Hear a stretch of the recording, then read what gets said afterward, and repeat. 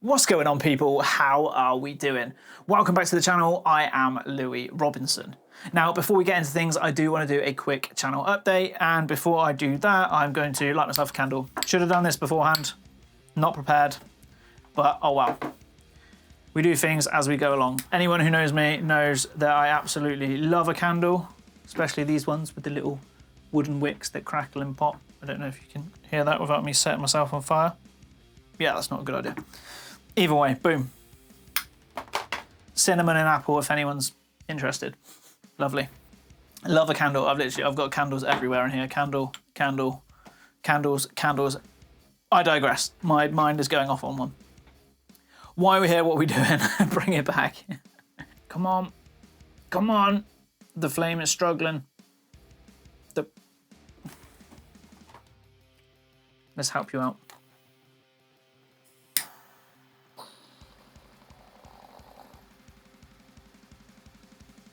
If in doubt, more fire. Oh, what? It's gone out. This is off to a good start.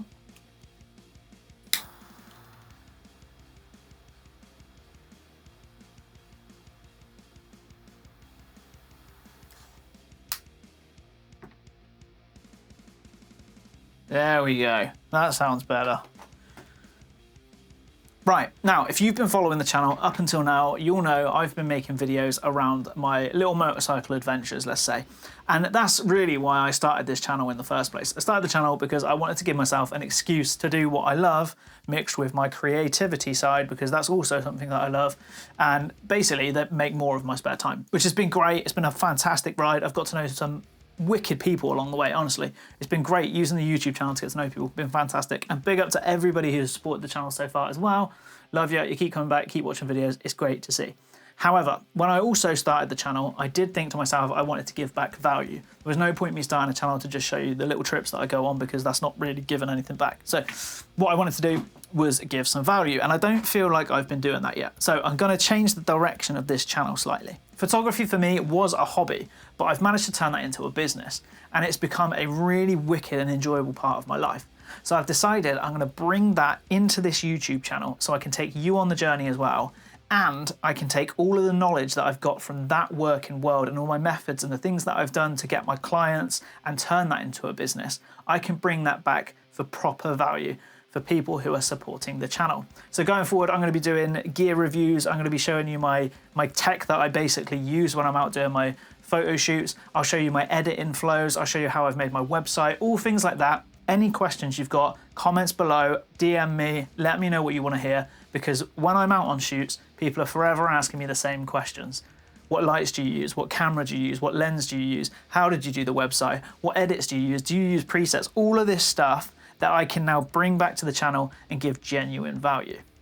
If you're here for the motorbike content, do not worry, it won't be going anywhere. A lot of my photo shoots are around motorcycle photography anyway, so you'll find the theme of the channel will really stay there. But like I said, the value add piece now is me taking you on that photography journey. Recently, I went out on a shoot. It was a practice shoot to start with. I went down to Fish Hill, but it actually turned out that I got some clients from that shoot. The idea was I was going to go down, take a load of pan-in photography, come home, see how things went, do some edits, do some presets, get some stuff ready. But it actually, like I said, it turned out that on the day when I was getting photos, people were stopping, and I've now got clients buying photos from that practice shoot. So top tip, if you're going out and you're learning, don't bring those photos home and just leave them on a memory stick. Definitely go and talk to the people you're photographing. If it's like automotive photography, it's motorbike photography, if anything you're doing, if you're going out to practice, just have a word with the people you're working with and see if they can be potential clients. They might not know you're practicing. A lot of the people don't know that I was going out for a practice session. They just assumed I was going out for my business anyway. So, grand. Now these photos are up on my website already, so I'm going to go into one, I'm going to take all of the settings away, and I'm going to walk you through how I would have edited it. Now I'm going to do a video separately on this black book. This is probably the most important tool I've recently invested in, and you might think, that's a bit strange. You're talking about photography. Why are you talking about a paper, pen, book you can write in? This has helped me a lot in taking my creative boom, boom, boom, boom, boom, all of these ideas and breaking them down into tasks to move this hobby to a business. So we're going to do a video on this, but you might see me flicking through it because as I do this edit, I might reference some of the workflows I like to stick to, because I do write them down so that when I'm editing photos for clients, I'm not sat editing for weeks on end. I can just get a photo done, churn it out, give it to the client, and I know they're going to be banger photos because they're workflows I've done, I've tested, I've written them down. But if you see me doing that, that's why. Best tool I could have invested in. Let's jump into things though. I'm going to fire up Lightroom and I'm going to take you through one of the photos and show you what I do when editing a photo to get it to, like I say, that product that I'm happy to sell to a client. Now, I've chosen this photo to edit because I know this photo turns out to be an absolute banger photo. This is probably one of my favourite photos from the shoot, but the raw photo out of the camera doesn't look fantastic. It's not exactly appealing to the eye in my opinion, but I know with an edit it can be, and it is a banger. Like I said, it's one of my favourites from the shoot. And the reason I've picked this is because it's a perfect example of when you go out on a practice shoot like this, you might get some photos that you think you should just dump them off, when actually a little bit of editing goes a long way with photos like this, and you will find that you've got some bangers hidden away where you might have just thrown them in the trash. So we're going to work with this one and we're going to take it somewhat to what the photo edit is like on my website. First and foremost though, the thing I always do is give it a crop. I'm not a huge fan of cropping in photography, but when it comes to these pan and shoots, it's a really difficult technique, right? Because you're at the side of the road, they're zipping past. I do tend to find I've got to do a bit of cropping to get things framed nicely.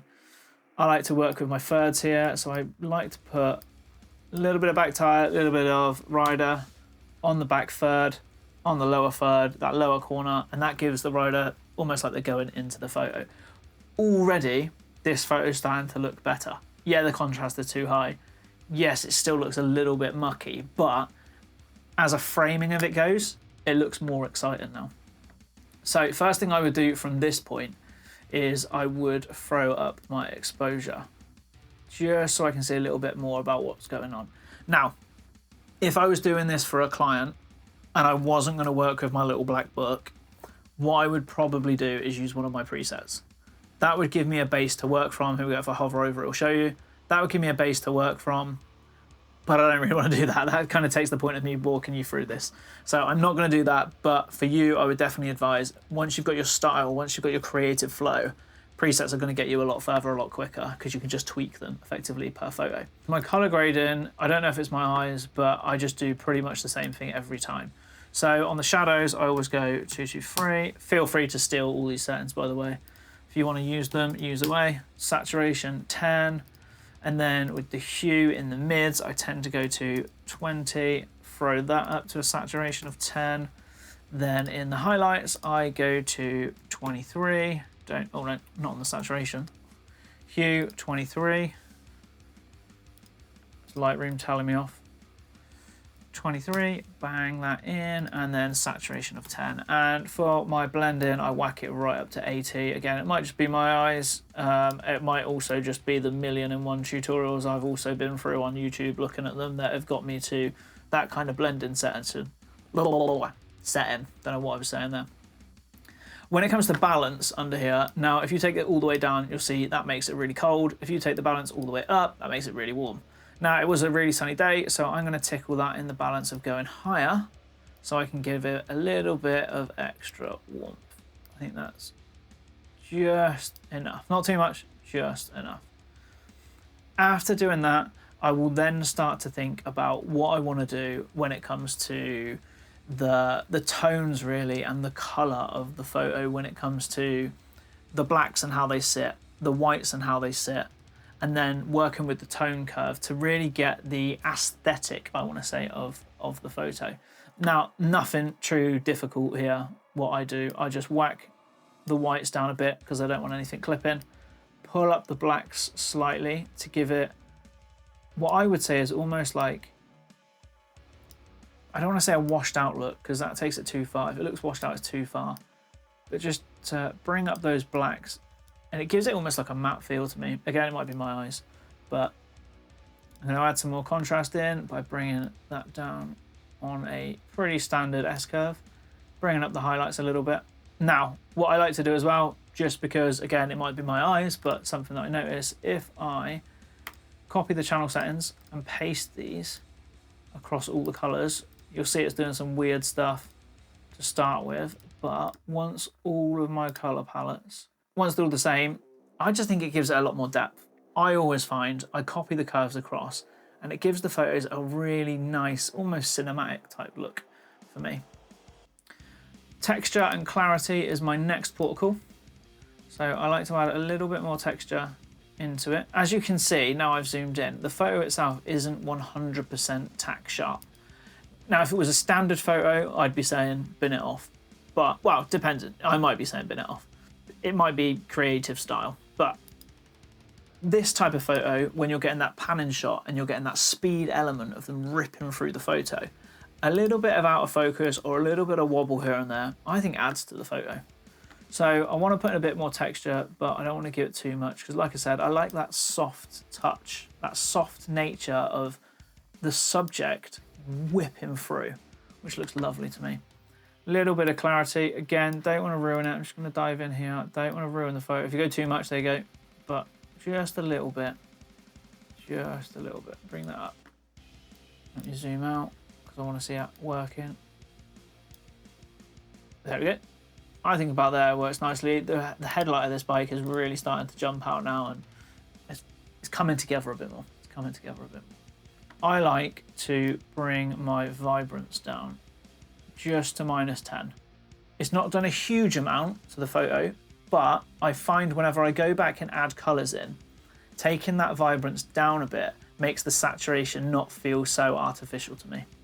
So I always do pull back a little bit on that vibrance. It gives me a little bit more, I'm going to say, for my audio heads, headroom in the colorscape when it comes to a saturation level. Now, what I do really like to do is grab my aquas and take them out, unless I'm working with like a blue bike. I like to take them out because they get some weird aqua reflections here and there, which I don't really like. This rider has some yellow strips and some yellow on the bike, so I will find that and bring that out. I reckon we're going to have to boost this yellow a bit. Grab that yellow, throw that up a bit, just to make, see that yellow's popping out now a bit more. They're just cool little elements that draw your eye into the photo and into the rider, I think. It's quite nice. There's not much more I'm going to do with that now because I don't want to get into colours too much. They're things that I know, I've looked at the photo and I want to pull them out instantly, but I am going to play around with masks soon and I like to do colour after the masks. When it comes to the sharpening, I will change the radius to 1.4. I found that's a sweet spot. And the masking, for photos like these, if you hold down Alt, I'm working on a Mac, by the way. If you hold down Alt and you scrape this up and down, you can pick what is really going to be affected by the sharpening. Now, I want bike and rider because that's the most tack focus bit that you would ever have if you wanted it fully tack focused and you wanted it really sharp. The background we want really blurry. So I'm going to, just looking at my window here so I don't add too much in. You can add too much, you can do none, but as you look, really soft. Add a bit of sharpening. I find that soft nature I was speaking about earlier just makes it a little bit clearer. Just makes it a little bit clearer for me. And again, this now is really starting to come together. It doesn't look like a me photo yet. I know it doesn't look like a me photo yet. It's got my color grade, but it's not got my full palette. So we are going to get onto that in a minute, but I just want to do my masks first. First and foremost, we want to grab our background, make a background mask. I will also select subject mask. Looks like the AI has done pretty good at selecting both the background and the subject. Wicked. Something I always do with motorcycle photography to help draw the eyes, linear grade underneath. So I usually do that and then bring the exposure down. So it really draws your eyes into the rider as opposed to the sun-kissed road, let's call it. We'll call it sun-kissed.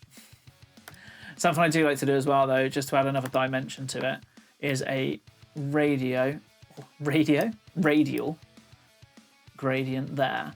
Because we can see, I'm trying to work it out on this photo. Is it more here? Is it more there? I think it's more here.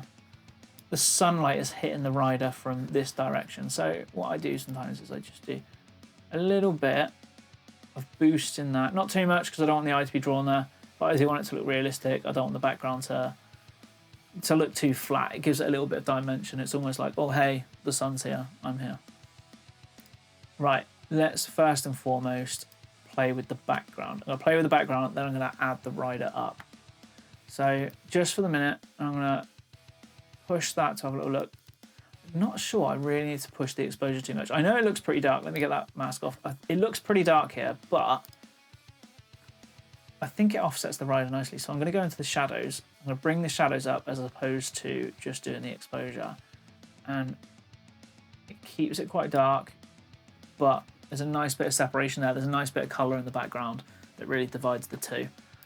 Rider, for bike photography, I always boost the shadows. There's loads of little nooks and crannies on bikes that get really dark. So boosting the shadows brings out those details. Always bring down the highlights because there's always loads of sun bouncing off them. Don't like that. Personally, don't like that. Again, this is all creative, right? This isn't a how-to video. This is how to get the banger photo. This is how I work and what I like creatively. There's no rules when it comes to creativity. If you like it, good job. Contrast, let's have a little look. I think I'm just gonna add a little bit of contrast. I mean, literally just a tickle, and slightly, again, just slightly bring up that exposure. Background, do I want to do any more with that? I might just, again, tickle that exposure. It was quite a dark photo, maybe not. No, I'm just gonna work with the shadows. I'm not gonna blow out the exposure too much. It's quite bright here. I don't want to draw the eye here. I know it's part of the journey, but I want your eye here first and then to go this way with the rider so you can feel what they're feeling. Again, right now that's getting quite close to a photo that I'd be happy with. Now what I want to do is I'm going to go back now and play with the colors to make them my style. I've got a tone, I've got a colorscape that I like to work in, and that's what I do last. The reason I do it last is because I like to have a photo that I really like the look of first before I make it effectively my style, because then I know I've got a good canvas to work with. So for me personally, I don't know why, but I'm not a big fan of greens. So I always bring them down into more of a yellowy, orangey tone. Orange, I'm going to move those up to more of a yellow, I think, here. Or do I bring them? Nah, yeah, I'm going to move those up to more of a yellow. Again, I don't really like orange going too red because, again, it looks a bit artificial for me. Saturation on the yellows, I'm going to boost those up slightly. Yeah, I'm starting to like this. I'm starting to like it. I'm wondering, actually, if I bring this yellow down and turn it more of an orangey. I don't know. I do like to keep to the rider colours. I don't think it's very good when you give a client a picture of their bike and it's not the colours it was when you photographed it, because they kind of look at it and go, is that my bike? So just going to, let's have a little look at the reds. I think that's too much. Pull this down to make them a little bit darker. Yeah, I'm going to keep those oranges more of yellow.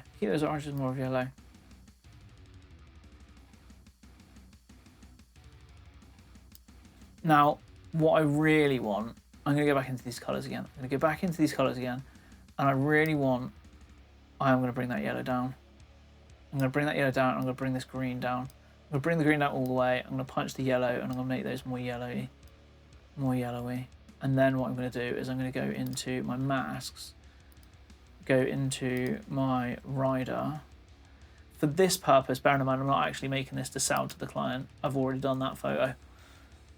I might leave it like this because I quite like the chameleon-esque, the background is fitting with the rider. Yeah, I quite like that. Now, what I do want to do, just because I feel like it needs a little bit more, I'm going to add another radial. I'm going to pop it around the rider. I feel like I could bring out a little bit more shadow without going over the top. In the helmet, just to give a bit more detail. That looks good. Maybe bring a little bit more of the highlight out on his visor. That to me though, that's got to the point where I'm happy with that photo. It's got the nice lens blur in the background for that motion. The wheels are in motion. The rider's a little softer, not tack sharp. So like I said, I actually quite like that. The headlight is a bit more in focus than the back of the bike. So you've got a real nice focal point there. The bike's nice to look at as well, which always helps with this photo. I think with that, I think we are at a nice place. The only other thing I would do really if I was going to get really finicky, it was probably line the photo up a little bit more. There we go. Now it looks like he's slightly going uphill, adds a little bit more dimension to it. Like I said, I don't really like cropping. This photography, I kind of got to crop to get the best shot because I'm not at a point yet where I get a banger just without cropping yet. I am still cropping a little bit. But that photo, I think is wicked. Let me know what you think in the comments though. I'd love to know your thoughts on my editing workflow as it is. If I was to dive through my presets that I will do, you'll see I go into loads more detail on every aspect of what I've done here. But we could be here all day with me editing a photo, we really could.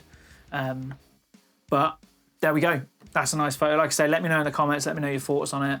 It's not the exact edit I did for the client, but I did think I'd do it a bit differently here because I didn't get onto my black book. We will cover this, like I said, in a different video because it is very, very important when it comes to clients and keeping me on track.